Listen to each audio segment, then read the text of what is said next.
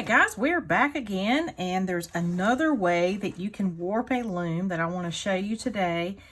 Sometimes I will have you warp a loom so that you have strings that run from the front all the way around to the back. And then there's other times where we'll use a little bit less string and do it a little differently.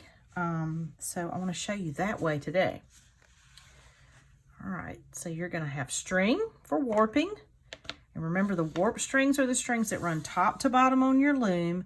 They will be invisible once the loom is woven across. So they're like a little skeletal system for your weaving. It holds everything together. You'll need a marker, a Sharpie marker, a pair of scissors, and some masking tape. All right, so what we're going to do first is we're going to tape down the starting of this string. So I'm pulling a diagonal line of string from the top tooth and find the end of my tape. And I'm going to use the masking tape to tape this down vertically up the string so that holds it nice in place. And make sure that you really push down around the warp string so it doesn't come loose if you pull on it, okay? So you want to get that good and tight taped down. All right, I'm going to tell you right now, let's just go ahead and write your first and last name. So if I was a student in the class, I'm going to label my first and my last name, and then whatever class period you're in, you'll need to put that number and a circle around it so we'll know whose class you're in case they get mixed up. All right, so now we're going to take our warp string back to the front, and this time we're going to do something a little different.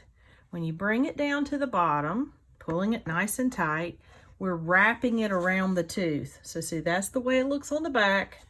And on the front, it's just wrapped behind the second tooth. Then you bring it back to the top. You wrap it around the third tooth. Bring it back to the bottom. Wrap it around the next tooth. And take it back to the top. Okay, so I'm running the strings vertical, straight up and down, only across the front. I'm not flipping my loom over, and I'm wrapping. When I get to the top, I wrap under the next tooth.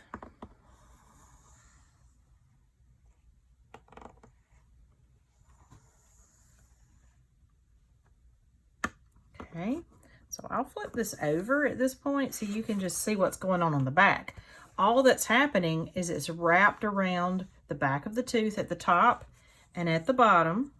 Okay, it's pulled nice and tight, and all of the warp strings are on the front.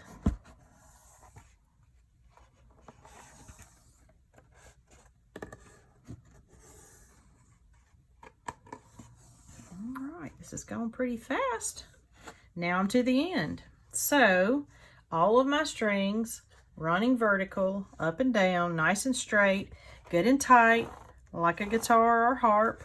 I'm going to pull this back to the back side and tear off another piece of tape, pulling it tight. I'm going to tape it down vertical again and running that finger up and down that string so it won't come loose, and then just trim off your string. Now your loom is warped and ready to weave across these strings, and they will be your warp strings. Okay, so we'll move to the next video and get started with our project.